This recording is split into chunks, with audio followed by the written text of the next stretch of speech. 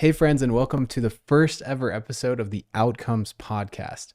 Today, I sit down with a great friend and mentor of mine, Joel Meyerson. Joel is a dentist with a very untraditional story. He managed to retire from dentistry at 31 years old through a combination of working as a dentist, real estate investing, stock investing, and starting a side hustle that eventually turned into a partnership with a highly successful internet startup. Joel lives in Toronto, Canada with his fiancée, Danny, enjoys playing tennis, being outside, and has a very insightful answer to the question, what outcome matters the most to you in life?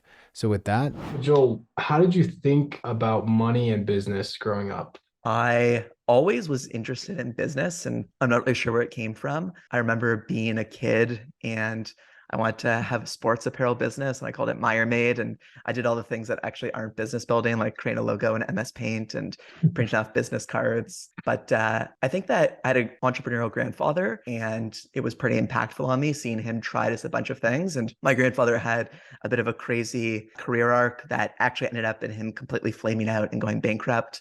Wow. But he did real estate development. He had his own sports apparel business that was probably impactful. He was one of the first people to put soda into a plastic container when it used to be glass. It was called Quinn Drink. So anyways, I think that was probably influential on me. And I think that this is kind of like an entrepreneurial stereotype. I'm always a little bit wary of like trying to associate myself too much with that. But I really do think that I'm someone that always wanted to kind of play by my own rules and create things for myself and not need to report to anyone. I was a terrible student growing up. Academically, I was fine, but I just was always getting into trouble, having to go to the principal's office. And I think that all of that contributed to me wanting to find my own way, not needing to ask anyone for permission. Although that really didn't kind of crystallize until I was maybe about 22 or so, when I actually started putting all of these thoughts into practice rather than just kind of thinking about how I don't like the way that things currently are. Got it. So that was after you'd finished your undergrad at 22. Yeah. So I did my undergraduate degree and then I went to dental school. And even going into dental school, I'm a really firm believer in this idea that you can't be what you can't see. Mhm. And I didn't really have exposure. I had my grandfather, but growing up, my dad was a physician and it's just kind of go and you get a job and you make a good living and you have a nice life, the same stuff that we're all familiar with, that Mhm. classic trope. And I was going to dental school and I'd taken the dental admissions test and been successful on it. So I didn't really have an entrepreneurial bias because the first thing that I did was I applied to go work at Kaplan, which is this kind of conglomerate, big, large and I started teaching the DAT for them. And through that, I started tutoring one of my students who had taken the DAT for her dental school interview. And that was kind of my first exposure really to doing my own thing, but it wasn't my default. It just kind of happened very organically and naturally without me really thinking about it. Just she asked me if I would do tutoring and I said, sure, this is my rate. I think I charged $35 an hour and it was just nice and tidy. And the only reason that kind of came into business, I'm very fortunate this all happened to me because I think in a lot of ways it was the lead domino, was that more people started asking me for interview coaching than I was able to offer them. Mhm. And because of that, I started asking my friends if they would help me out. And because I had organized all of it, I said, okay, I'll pay you this amount and I'll charge the student this amount. And most people that have earned money online kind of say that the first dollar you earn online is the most important. And it's not because of like a dollar is a dollar is a dollar, but it's because of what it means to you. And you start to see, wow, I did something that led to someone paying me directly. I didn't go work for Kaplan. I didn't go work for another company with a traditional job. This happened for me. And it's kind of like the ceiling is limitless theoretically. And that was the start of me going into trying online businesses, trying different things. And I tried a million different things and I started to have some that worked. And it was just a series of figuring out what works, what doesn't, cut the stuff that doesn't work and double down on what does. And that's largely impacted, it's been a huge influence on my career and where I am today. Got it. So 22, you had gotten into dental school, you got the job with Kaplan, and then the tutoring was kind of the beginning of Deity Bootcamp. Is that the name of the original course that you built?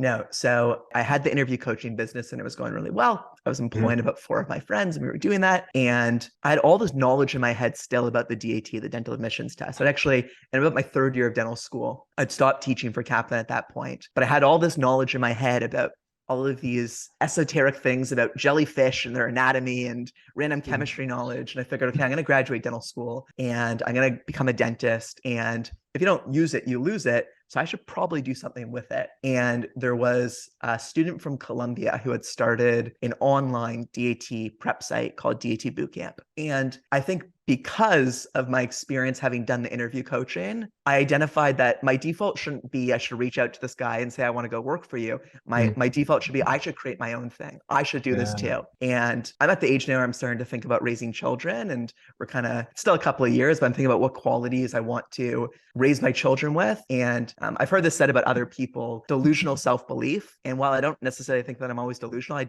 have a lot of self-belief in myself, and I was willing to bet on myself. And so I said, okay, I'm going to try and do this too. And so I created a WordPress website, and I learned very basic stuff, and I used a off-the-shelf plugin and tried to customize a little bit. And I launched my own thing. And it was called Deity Genius. And Deity Bootcamp was a few years ahead of me, and they were much larger than I was. But I launched this product during my 4th year of dental school, and I was promoting it and trying to build the content. And it was a battle, and Bootcamp was always a couple steps ahead of me. And the business was growing nicely, but I saw an opportunity to do more together than alone. And so when I was in my 1st year of practicing as a dentist, and I think burnout is like a very common thing when you're pouring your heart and soul into this new thing, and you just want to see it be successful, and you want to have the good financial outcome. And I didn't have kind of the win yet.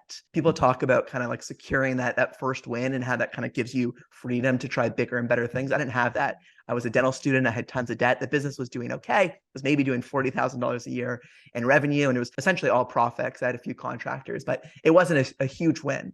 And I had dental school debt, and I figured I'm pushing this rock up a hill, and there's got to be an easier way. And so I reached out to the founder of Bootcamp, and it was at first kind of a competitor of mine. In some ways, this is an exaggeration, but like an enemy, right? Like you build this person up to be terrible, and you got to crush them, whatever, because you got to be a killer yourself if you're going to make it. And at least that's one perspective. And I reached out to him, and we started talking. We both realized that it made more sense to combine these two things together and go after the really big fish, because both of us were kind of still small players in a relatively small pond for the DAT, but there were companies like Kaplan, there was DAT QVault, DAT Destroy, these other companies that were much bigger than us. And we figured, okay, these two scrappy guys, we can go after this bigger opportunity, and we'll have more success at it if we do it together. So that year, Deity Bootcamp acquired my business, and we rolled all the content in, and we joined forces. And for the last 8 years, we've been building that company. And I'm incredibly proud that Deity Bootcamp, which is now bootcamp.com, is the market leader in dental admissions test prep. So we checked that box. We're now the market leader in dental boards prep. So we checked that box. We're kind of helping students on both sides get into school. And then we joke, we're going to help get you out. And now we're going into medical education. We're going into nursing. And it's been a whirlwind. And so I sometimes talk about how if you had told this kid that was working for Kaplan at this point, it'd be 4 years for dental school, I've been out, it's like 13 years ago, that I would be here today, I would have never believed you. I think that's what's most exciting about starting your own thing and doing something that doesn't have a prescribed path, is that I could have very easily predicted where I was going to be if I was a dentist, and it can be a very happy and great life. But I'm very excited by what I do today. I get to make great connections, people like yourself. The kind of ceiling is limitless as to what we can go on and do. And financially, it's also been great for me. And I think that all of those outlier types of outcomes were a direct result of me deciding to do things just a tiny bit differently than the traditional pre-dental path. Yeah, I love that. Pointing out you could have gone to the tutoring when you were maxed out on tutoring and just been like, oh, I can't hire anybody else, or I can't go beyond. But you took that one step, which is hiring somebody and taking the spread there. And then that turned into, eventually selling to Bootcamp and what it is today. So your goal when you sold to Bootcamp was to continue to work for them. Is that correct? Yep. But I think you explained to me one time that you were only working like 1 day a week for Bootcamp and working the rest of the week as a dentist. Is that right? Yeah. So I was working as a dentist in a very rural area. And it wasn't, so Bootcamp today is this big company. We have a team of about 150 contractors. It wasn't a guaranteed thing. The chapter wasn't written at that point. And so I was working as a dentist, and I had one dedicated day a week where I was working for Bootcamp. But other than that, it was just kind of evenings and weekends. I had my 9 to 5 and then the proverbial 5 to 9. And I think that's a wonderful way to start a business. or to do a lot of things, which is to kind of see if something's working, see if you can, before you have all the information, kind of try and keep as many doors open as you possibly can. And then you want to really double down when it makes the most sense. And you almost can't not do it. And so things were so busy with boot camp. And it's a lot. I still, even though I try and shed this baggage, I was raised in a certain type of family. I have all these friends that kind of go the traditional route. And it was a lot of work and effort that I put in studying to get into dental school, becoming a dentist. And it's a great career. And it's a lot to say, I'm going to give this thing up. And it's not a completely one-way door. I could always go back to dentistry, but it certainly isn't easy. It's not like dentistry isn't riding a bike. It's not, you can just quickly go back the other direction. And so it was a big decision for me to make, and I wanted to make sure it was the right one. And arguably, looking back in hindsight, maybe I could have gone full-time a year earlier or so, but I'm pleased with the decision that I made and the way that it all went down. And it's led to a very successful outcome. I think it's because I tried to de-risk it as much as possible before I went full-time. Yeah, very cool. Just kind of wean yourself off of the main thing while you work on the 5 to 9, like you said. Yeah. So talk to us. I think this boot camp story is amazing, and it's definitely like the most unique part about what you've done. But I think your journey as a dentist was also very unique because you graduated and where most potentially would go to corporate or to, buying their own practice or maybe working as an associate in just somewhere near where they want to live. You decided to move to rural Canada and work in small town dentistry for 3 years. Is that right? So I did actually 6 years in total. Okay.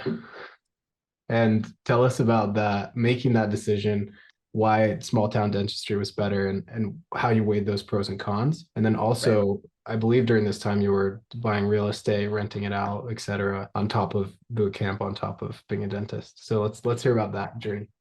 Yeah. So I don't want to completely rewrite history. A little bit of it wasn't completely planned out. Yeah. My fiance sometimes jokes with me that I do lots of things because I don't give it too much thought. I just kind of do them. And some might see that as impulsive or some other sort of adjective that you want to describe it. But I just decided that I wanted to do an adventure.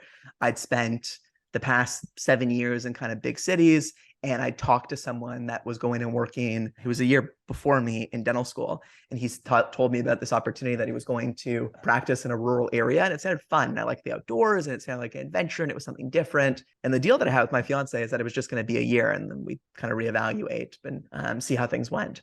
But that was part of it. And then, so just an adventure. Then the other part, which is kind of a little bit more of the kind of classic storyline of how it all was part of my trajectory, if you will, is that I like this phrase, which is that if you want average outcomes, you can do average things. But if you want atypical outcomes, you need to take atypical action. And I knew that I was already doing this alternative thing because this coincides with when I was working on this business. And I went to Wawa. I went to up north, the rural area, while I was still working on the business. This is way before I'd sold to boot camp. That was in year 1.5, I guess, of me being out of dental school. And so I decided that I didn't want to kind of do the traditional thing. And I wanted to see if I could set myself up for big opportunities. And as a young dentist, you can go work in a major city and work with a senior dentist, and they kind of cherry pick all of the good cases and give you the stuff that they don't want to do. And you might not be as busy necessarily. And so I wanted to put myself in a position where I could do a lot of dentistry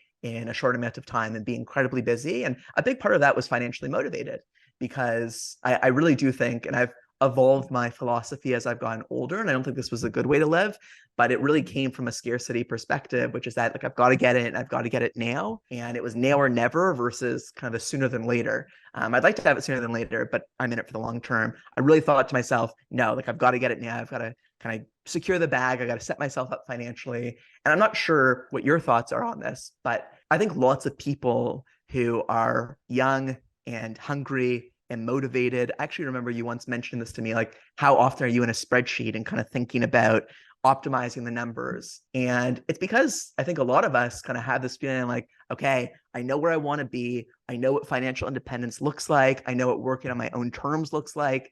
And we all need an economic engine, right? We need a way to have a livelihood. We need a way to support ourselves and our family. And we have all these things that we want out of life. And it's an unfortunate reality that money is a part of doing a lot of things that we want to do.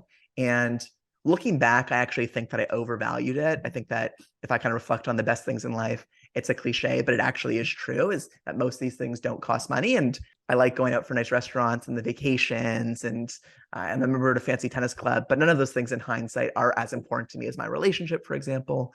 But anyways, at the time, a lot of it was financially driven. And I don't want to rewrite history. It was very good. And I think that it did enable me to do a lot of things, including have the confidence to kind of go all in on my business. But I was able to be very financially successful when I was up north. I was in an incredibly busy practice. And I really do think in a lot of ways, I was able to condense down a 25-year career into 6 years approximately Wow. because of just how much dentistry I was doing and the way that I kind of set up my practice and optimize things. And so I had the money coming in from dentistry. Bootcamp was being very successful, even in those early years. And I started to make good money from there. And so I started to think to myself, how can I take this money and hopefully turn into something bigger that's going to continue to support me and continue to give me even more freedom and independence over the decisions that I make and not feel like I need to make decisions out of what can help be the economic engine. And I think that's where financial freedom and financial independence, that's the heart and the soul of it, is let's use this money to remove some of the things that I don't want to do so I can do more of the things that I want to. Mhm. My father-in-law has done a lot of real estate investing. And to me, it seemed like no-brainer. People will always need a place to live. For the most part, the real estate market, especially in the last 10 years, kind of prior to the recent interest rate hikes, has just been number up and to the right. You can apply leverage, which is one of the most powerful forces in the world, but do it for good because you only have to put down a small down payment, 20% relative to the total cost of the asset. And then that asset doubles in price and you've made 10x your money because of the power of leverage. And it seemed like a good long-term bet. And, I've kind of reevaluated things. I got off real estate for a while because I thought it became too much work. And then I'm kind of interested in, again, with the rise of chat GPT and everything. And who knows what you can predict is where's Google going to be in 10 years time? Everyone will always need a place to live and it's predictable. And if you can make a good purchase and get in at the right price, you almost certainly can't lose money in real estate. Do your own due diligence there. But over enough time, if you have a long enough time frame and perspective, it's a very successful way to eventually long term, especially you and I were young people. I bought my first property at 26. Mhm. And if you take a 25-year mortgage or 30-year mortgage, okay, by the time that I'm 55, that place is free and clear. I don't have a mortgage on it. And so how's that going to support me? What type of money can I expect? What type of income can I expect from that property down the road? And so, yeah, I actually went, I think, relatively hard into real estate. I purchased 5 properties, I think, before I ever bought really my first public equity. And with more and more exposure to that, and my life getting busier and busier with other things that I was doing, I started to pull back a little bit from that because I did find, even with a property manager in place, it ended up being a fair amount of work. But again, as I just mentioned, I think that I'm starting to reconsider and saying, Yeah. with the recent 80% drawdowns and some of these stocks, like, maybe this real estate is more interesting than I thought. Cool. And so you mentioned earlier that you had originally decided to go up north for small town dentistry for a year. What ended up turning that into 6 years? So every single year, my fiance and I asked ourselves, is this working? Does this make sense? And my number one priority is our relationship. In the first year, I was in a very remote area, and it was about 2.5 hours to get to the closest airport before a 2-hour flight back to the city where she was living. And it was during the winter in northern Canada, and the road was sometimes the highway was crazy. And so after doing that for a year, it wasn't working. And so we decided to change things. And we considered me moving back to the main city or other locations that are still rural. And I ended up going to a different practice and said, look, try this for a year and see how it goes. And that practice, it was the practice that I stayed at for the next 5 years. And it had everything that I could want. It was a very busy practice. Even though it was rural Ontario, it was very far north. It had its own airport, so it was easy to come home. And I think that in terms of messages that I think are really valuable for someone to hear, it's the power of optionality. Whenever you Mm. choose to do something, you can choose, I'm going to stop doing this thing, or you can double down on it. And if you keep on making those decisions, going towards the things that work and veering away from the things that don't, and you won't always have complete information, right? You decide to do something and it's not what you thought it was. So zig the different direction. But I found something that was really working, and every year it kept on working. And so we decided not to change it. Cool. And I love the difference between, there's a big difference between the first place you worked and the second place you worked. And it's just the distance to an airport. And I mean, maybe a little bit of the conditions of the weather potentially, but just because it doesn't sound ideal at the beginning doesn't mean that the one situation can't be turned into a little bit better situation that fixes 90% of the problems. Mhm. Cool. So, talk to us a little bit more about how you optimize your time in the dental practice and why small town dentistry is better. You didn't buy a practice, you didn't stay in a big city. Tell us about the pay, and then also how did you condense 25 years of a dentistry career into 6 years? So I think that I actually recently gave a talk to a bunch of third year dental students at the school that I graduated from, which was a real closing the loop type of experience for me. And it was really nice because I remember being kind of the uncertain dental student, now coming back as someone who's kind of gone through a tour of duty and kind of understands a few things. And it was really meaningful to me to be able to give back. And one of the things that I talked to them about was how to be a more productive dentist, to kind of how to get more done, how to have better outcomes with less effort, with less headache, et cetera. And I talked to them about a couple of different ways that you can become a faster dentist. But probably the number one way is to kind of optimize your day, to figure out how, without moving your arms faster, without learning more procedures, you can get more done in a given day. And when I went into the dental practice and replaced the previous dentist, if he was doing X, after about 1 year, I think I was doing 1.5X. And it's not because I'm a more talented dentist. It's not because I was doing more procedures than him.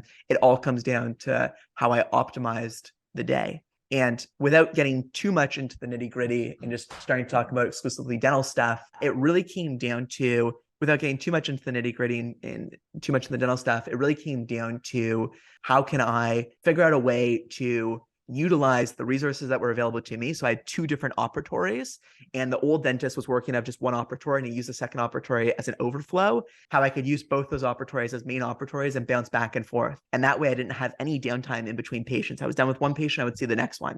Or I was seeing a current patient and they'd put another patient in the room so I could do a quick check while this patient was freezing.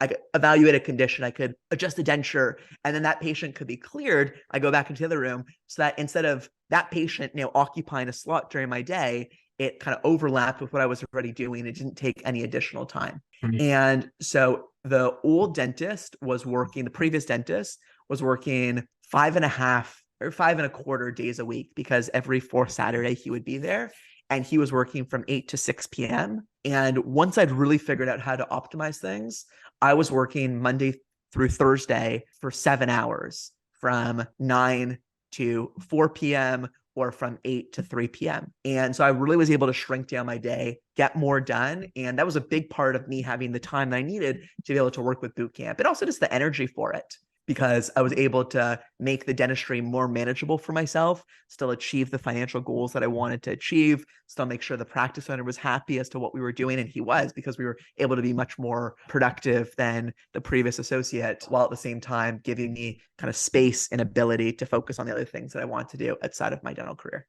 Very cool. And when you say the practice owner, there's a senior dentist in that practice, right? And you had just replaced another associate as the junior associate there. Yeah, so every practice can have a different model. This dentist, the practice owner, owned 14 practices in rural Ontario, and he lived in Toronto. So he wasn't present at any of them. Okay. He kind of managed them. You want to talk about financial freedom? He's doing incredibly well without needing to be in the practice. And so again, it's this idea of, I don't know, you can work in the practice or you can work on the practices. It's the classic business stuff. But yeah, he's the guy you want to be. I've transitioned, I'm doing something else. But if I was still in dentistry, you want to be interviewing him, not me, because he has a lot of things figured out. Very cool. So you were the only dentist in that practice during that time. Got it. Correct. It's very cool how you figured out a way to please him without just working the same hours. Again, just that slight tweak that you were Yeah. talking about earlier. Yeah. Without becoming too much of a Hallmark postcard, kind of using all of the tech bro jargon, Yeah. I really do believe that you can bend the world to your will. Uh-huh. And I think that if there's one thing that a meta skill that's helped me in a lot of things, one of them would be to realize that things don't need to be a certain way just because they've always been that way. Hmm. And that applies to figuring out, okay, just because the previous dentist worked like this, maybe I could do something different. having a certain conversation a certain way, asking for something that you want. I think that there's a lot of societal norms that everyone does just because they've always been done that way. And if you're willing to kind of reevaluate things and think for yourself and identify how can I do this in the best way that makes the most sense for me, there are no rules. You can do whatever you want. You can ask for, and society will push you back in a lot of ways. And not everything you can do just because you want to do it.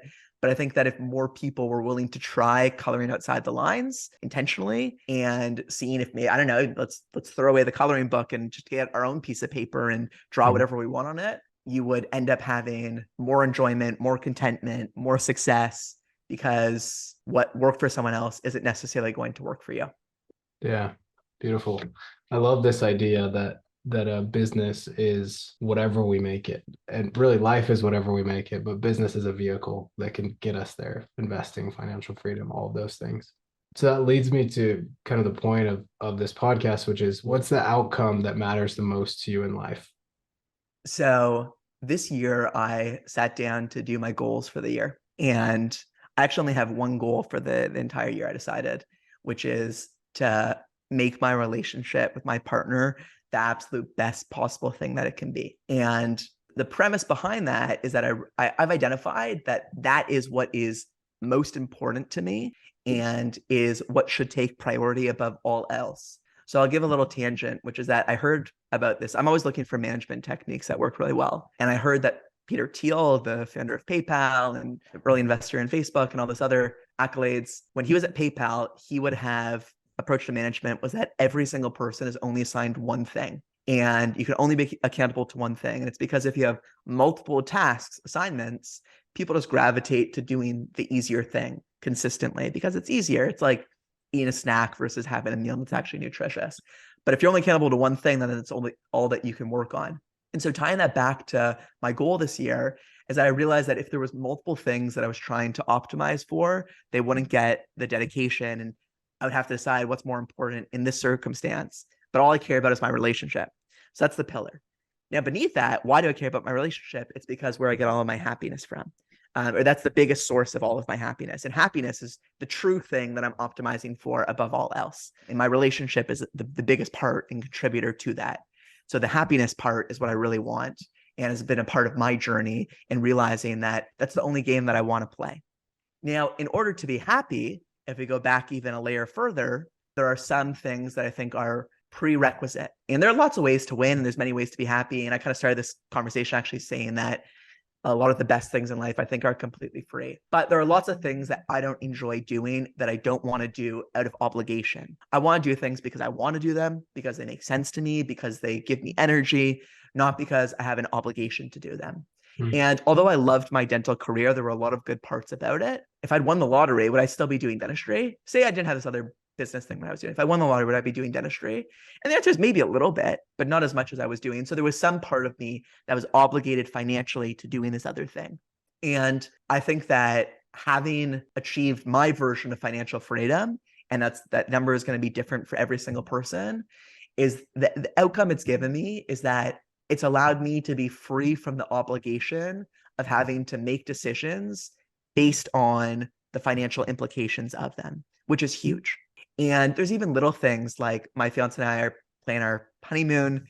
And I remember getting into a fight with her because she wanted to leave on a certain date because it worked better with her school program. And I said, but if we go on this other date, it's only 5 days earlier. We'll each save $800 and it'll be $1,600, which is it's a good amount of money. You can do a lot with $1,600.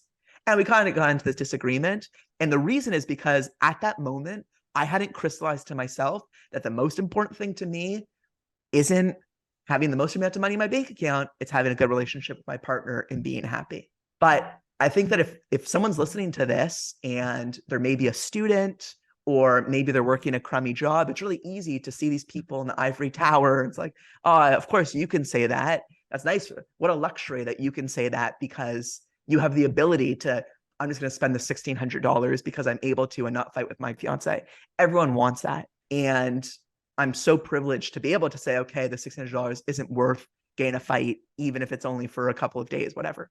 And so what I would encourage everyone who's kind of thinking about the outcome that they want and why they want to do this and why they should be motivated to ascend their career or their financial Planning is because when you do get there, it allows you to remove a lot of the burdens that money might otherwise creep into, and influence the decisions that you don't want it to be a part of. Hmm. Really interesting. So what I'm hearing is the outcome you want most in life is for your decisions to be based on your values, not on money. Beautifully said. Okay. And let's say someone in my position, I enjoy what I do, but I'm not, completely financially free yet with a lump sum in the bank that would just last me forever if I followed the 4% rule. How do you bring that ideal of all decisions you make are not based on money to today, at least in a small degree? So there are certain realities that we all have, and this kind of comes back to the economic engine. And the typical dentist, for example, isn't going to go off and start a test prep company, Mhm. right? And maybe doesn't have another viable way that they want to earn a living, and kind of hasn't accumulated such a big stack of money that they can just live off that with the 4% rule or the 3% rule. And so there are realities to I do need to keep on working as a dentist. But I think it would be just to kind of question some of the assumptions as to what it takes. So a big thing, a concept that even though I've been involved in personal finance or interested in personal finance for so long, I only learned relatively recently is the idea of coast fire, which I won't go on to explain right now, but you can watch a YouTube video on it. And if you approach financial independence from looking at your coast fire number versus the 3% rule, I think it's a lot more attainable a lot sooner. The second thing is that I would encourage people to question their assumptions as to what they actually really need. So it's easy to say, oh, I want this and I want that. And therefore, with my 4% rule, I need to get this amount, but maybe you actually don't need as much. I think that comes with time and age and maturity. But maybe some of these things that you think that you need to have saved a certain amount of money for aren't actually that important. And the final thing is that, first off, I still continue to make income. I make money. If I just wanted to continue my lifestyle as it is today and I wasn't earning from bootcamp, I would not have financial independence, because my burn would be more than the 3% rule that I'd be comfortable with. And so I think the biggest thing is try and design your life in a way that it doesn't feel like something you need to escape from.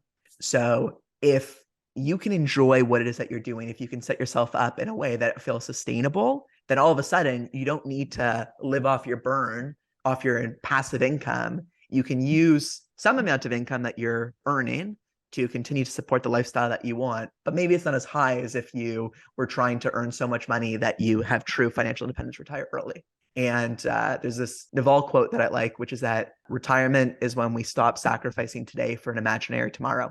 And I feel like I am retired because I've crafted my life in a way that I'm not drained every day. I feel excited by what I'm doing. And again, I think that this is a bit of a luxury and it's kind of like this privilege that not everyone has that. But I actually do think I could have done that as a dentist. I think I could have done that if I was in some sort of marketing manager. I think I could have done that in a variety of different ways. And everything's a bit of a give and take, right? So if you're only earning minimum wage, it might not be realistic that you can only work 3 days a week. But someone like yourself who has skills, a dentist, maybe there's a way that, okay, I can compress down some of my day, do it in a shorter amount of time, and find a way to make my life sustainable and enjoyable. So I don't necessarily need to have achieved complete financial independence, but I don't feel like I'm burning myself out at the expense of trying to maximize the amount of money that I'm making versus having enough to sustain myself and continue to enjoy the day to day. Very cool. Yeah, I love the idea of like the quote unquote early retiree going back to work, so to speak, but doing maybe they like working with their hands, carpentry, or maybe they like mowing lawns or whatever it is. Like they could do that, live off of the extra $30,000 a year that makes, and their nest egg keeps growing. Yeah. But their time is their own, which is the important Yeah. part. So I think the biggest movement is FIRE, but one that I'm more interested in is called FIWOOT, Financial Independence Work on Your Own Terms. Mm, And if you can find a way, because maybe you only need $30,000, so that means you can reduce the number of days that you work, or you have some sort of combination of your investments you've worked long enough that those add in some amount plus what you're working on a reduced schedule, then you can work on your own terms. You don't necessarily need to do the classic grind, the classic rat race that everybody else is doing, because you've achieved enough, whether through Coast Fire or whatever, that you know you're still going to be able to achieve your financial goals without just feeling like you're constantly on that treadmill and need to earn more. Yeah, I love that. Never heard of Phi Woot. Is there a big community around it? I don't know. I haven't looked if there's a Reddit community. I'm sure there is, Yeah, but I think that I'm going to generalize a little bit here, but the majority of people that I talk to that are our age don't view retirement in the classic kind of sit on a beach, sip mojitos, and play golf all day way. yeah, And certainly, if you could give me $100 million, that'd probably change a thing or two, but I wouldn't drastically, like, I wouldn't just stop working completely. And I think that that gets boring very quickly. And so if you can find something that maybe once you've reached financial independence, you no longer need to power your economic engine, you can instead do something because you enjoy it and it earns you some income. I think that's a very powerful place to be in. very cool. I love that. It's like a slice of what you want and a slice of reality. And like put those together and you're probably 95% of the way there. And if you won the lottery tomorrow again, you change that 5%, but it's not like it affects your happiness that much. Very cool. So next question is, what's your biggest professional mistake? So the cop out answer, which I kind of do believe, is that I don't have any regrets because I'm very happy with how everything went today. Yeah. And I can see a direct linear path from where I was to where I am. And back when I was in second or third year of dental school, I was freaking out because I thought I made a huge mistake going into that Mhm. career. But in some ways, okay, if you think that I'm more suited to what I was doing, I found my way there because I zigged and I zagged and I rolled with the punches and I got there. And I'm very happy with my life. But that's kind of a BS answer. So the the answer that you probably want to hear is, I think you could say that I went full time on boot camp later than I needed to, Mm. which again was a decision that I probably made out of fear. It was a fear based decision than out of opportunity. So who knows if that would have meaningfully changed the trajectory? We would be a little bit closer to where we want to be in the grand vision of things if I'd gone there earlier. I think that I made some investing mistakes, at least in today's environment, where I was buying a bunch of individual stocks that have just been absolutely obliterated. And if there's anyone listening to this that is thinking about what to do, all that advice is to keep it simple and buy index funds and buy plain real estate that's not overvalued, that just makes money, is probably good advice to have, because correction, it isn't fun. Although I'm pretty proud of myself as to where I am today mentally and emotionally and psychologically, because I think that it doesn't really bother me like it would have a couple of years ago, which Mm. again, I think it's just because I'm in a healthier mind space right now. And I guess the big one, and again, I don't have regrets because it led me to where I am today and I'm happy, is that you could argue that I went through a lot of hurdles going through the whole dental thing if that isn't where I ultimately wanted to be. And I could have saved myself 8 years, 10 years. I know you went straight into like into the real world. I can't remember if Mm. you actually completed college or if you ended up dropping out. If I could give advice to a child of mine, I would say if you're interested in it, go for it. But it should be a heck yes or a no. And I just followed the kind of default path because I didn't know what else was out there and I didn't think for myself at the time. And I have this YouTube video where I talk about why I got into dentistry. And it literally was, I was a science student because I didn't know what to take in university. So I did that because I like science. My dad was a doctor and a friend who took the dental admissions test. And he said, oh, you should take it. So I just kind of did it. And I did well in it. So I applied and I got in. So I went and I just kind of was a passenger versus making Mm. more active decisions. And I think that I've really corrected that later on in life. And it's hard for an 18-year-old. I just wasn't developed enough to understand what I was doing. And that I was just kind of following this standard life script. But if I could give advice back to my younger self, or wish that this is advice that someone told me, is go dabble and explore different things and think about what you like and try and avoid orthodoxy just because it's the normal way. Yeah. And I think that relates to the way you live your life now. Something we've talked about at length is your tendency towards tinkering. And even though you don't need the money, even though you don't, it's probably adding complexity to your life. You like working on a new venture, whether it be small or something that could grow into something big, and doing that in addition to your work at boot camp right now, and then just kind of living your semi-retired life at this point. Why do you tinker and how do you think about it? Yeah. So there's two aspects there. The first is that there's a tension as to why I do it, because 100% it's complexity. It's another thing to think about. Yeah. And if you're doing it, I don't like to do anything mediocre. And so I want it to be successful. And why? Because I'm not trying to be the richest person out there. I don't think my life would be materially different if I had 10 times the amount of money. So I don't know. Why aren't I just learning chess? Like, chess is also Yeah. a hobby. It's challenging. It's good for the mind. It's flexible. All these things. Aren't I doing that? Why am I looking at small businesses to buy a microgreens business, this facility that's in Toronto? And then I was thinking about it, and Danny says, what happens? Like, you don't know the first thing about, my fiance says, you know the first thing about fertilizer. You're like, there's so many things, but why? And I need to stop myself sometimes, because I do think that we develop habits as we're younger, and it's hard to break those habits. They're conditioned. And I think a big part of it is just habitual. The second part, which I think is the nicer thing, is that I don't want to be stagnant. I want to do interesting things. I want to be an interesting person. I want to lead an interesting life. And I think that I've had a lot of evidence in my life that trying different things has really worked out for me. And if you had told me 12 years ago that I'd be where I am today, I wouldn't have believed you. And I certainly hope that in 12 years' time, I'm going to say, I can't believe that this is where I am today. That's not to create hurdle for myself that I need to have done X, Y, or Z to kind of feel fulfilled and actualized, but rather it's that I want to keep on pushing myself to try and do more. And I find it fun. I don't know if this is just the way that I'm wired, but I'm working on a new side project now. And sometimes I can't sleep at night because I'm thinking about it. Mm. And I think that's a great place to be in. It's exciting. And I think that a lot of life can be distilled down to do more things that give you energy, do fewer things that drain your energy. And this is giving me energy. And so I've identified that in myself. I don't think about chess in the way that I'm thinking about this new side project. And so it's something that I'm doing.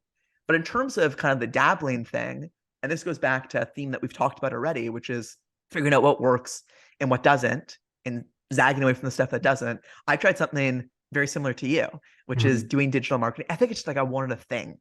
Yeah. And this going into digital marketing for dentists was a byproduct of me trying to make a tech product for dentists. And then I felt that sales wasn't working for that. So I needed something else that I could offer them. But then I started doing this other thing because a few of the pieces had rolled into place. And I Mhm. realized that I'm trying to compete with people like you who are just so much more knowledgeable and so much smarter than me at it. I don't have any unfair advantages to why me, maybe a little bit with my dental brand, but not any significant unfair advantages compared to a practitioner who knows so much more than me. And the biggest thing, and you can say this, understand this better than almost anyone, is that there's no compounding. You're only as good as getting your next client. There's going to be some degree of client churn. If you're good, maybe it's not that much, but it's always kind of moving on to the next one, the next one. You got to keep on bringing more people in the funnel. And for a side project, I want something that I can close my laptop for a week and a half, Mhm. and I have a couple systems in place so it continues to run, and then I can open it up and resume that. And so I think that having identified what's important to me in a side project now, that's helped to create clarity and refinement. I'm really excited about this new thing that I'm working on, which I don't actually want to talk about on the podcast. We can talk Yeah. about it offline, but it kind of checks all of my boxes. I think it'd be dishonest if I said that the financial opportunity wasn't a factor in it, because otherwise I would just play chess. I think Yeah. it's a fun thing, but it doesn't need to be trying to get more money just for the sake of getting more money, to have more in my bank account, to try and buy some flashy car that I actually don't care about. Money can be fun. Like my dream, if I envision myself in 20 years, what I think is a great life for me, it's sitting around the table with my family, maybe some friends. We're all laughing, we're eating together. And I think that having more money could maybe help in a little bit with that. But I certainly don't feel inadequate in that I need to do this because of the money. I think it's all of the other aspects that I just mentioned about that give me energy, that excite me. It's a new puzzle to try and solve. Getting Mhm. something off the ground is super. It's a special phase going from 0 to 1. Yeah, I'm just excited at the possibility, because who knows where it will go.